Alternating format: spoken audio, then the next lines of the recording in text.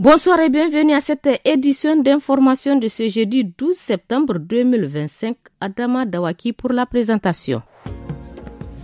L'autorité de régulation des communications électroniques et de la poste ARCEP apporte des clarifications sur l'exploitation à des fins commerciales des kits Starlink.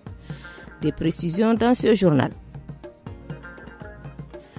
Les inondations cette année ont touché 4 départements de Difa. La direction de la protection civile dresse dans ce journal le bilan à la date du 10 septembre 2025. L'exploitation du kit Starlink sur l'ensemble du pays à des fins commerciales a poussé l'autorité de régulation des communications électroniques et de la poste ARCEP dans un communiqué lundi à rappeler aux exploitants la réglementation. Dans un point de presse ce matin, l'ARCEP a clarifié son communiqué sur l'exploitation des Wi-Fi zones sans autorisation. Massaoudou Tahirou, directeur des réseaux et services de communication électronique à l'ARCEP, nous donne plus de détails au micro de Souleymane Altini. De par les réactions sur les réseaux sociaux et partout sur les médias, on a senti que le communiqué n'est pas passé comme on voulait. C'est pour ça qu'on a initié cette conférence de presse pour mieux nous expliquer dans un esprit de transparence, pour partager avec le public le cadre réglementaire en matière de déploiement du réseau de télécommunications et également ouvrir la porte à tous ceux qui s'adonnent à cette activité sans l'autorisation nécessaire pour les accompagner à se régulariser. Les gens ignorent la réglementation en vigueur.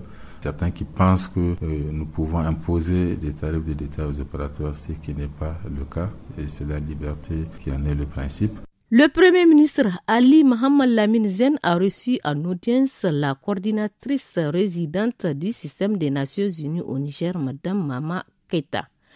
L'objectif est de briefer le Premier ministre sur l'état de notre coopération, a indiqué Madame Mama Keita, rapporte l'agence nigérienne de presse ANP. La responsable onusienne a rassuré que son organisation et le gouvernement du Niger s'engagent à une mise en œuvre conjointe de la mobilisation des ressources, soulignant que ces programmes sont très impactants et peuvent apporter une transformation socio-économique pour le Niger. La saison des pluies au Niger tire à sa fin, mais celle-ci a causé des inondations un peu partout dans le pays.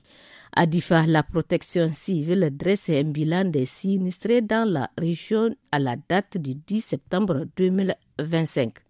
Capitaine Souley Barmou, directeur régional de la protection civile de Difa, est au micro de Maïna Abdoulaye. Pour les localités les plus touchées, d'abord nous avons les 4 départements de la région. Il y a le département de Difa, il y a Ménesowa, il y a Goudoumaria et Gingimi, avec 53 quartiers et villages de tous ces départements précités.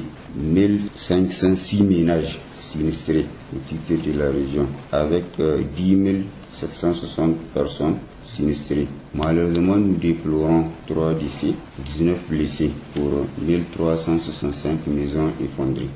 La mairie de Gaïa et ses partenaires ont clôturé en début de semaine une formation d'une dizaine de jours en cosmétique artisanale, notamment le savon, le détergent et l'encens au profit de plusieurs dizaines de femmes. La session s'est terminée par la remise d'attestations. Les participantes expriment leur satisfaction avec les compétences acquises. Écoutons quelques-unes au micro de Fadel Alou.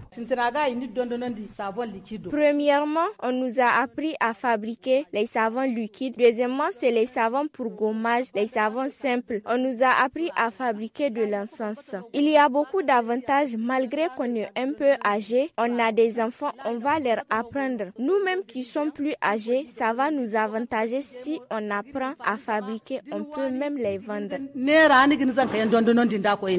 Aujourd'hui, il y a beaucoup de femmes qui ne font rien et ne savent rien faire. Mais si la personne participe à la formation, elle peut avoir quelque chose à faire pour vendre. Beaucoup de femmes sont sauvées. C'est la fin de ce journal. Merci de l'avoir suivi. Au revoir.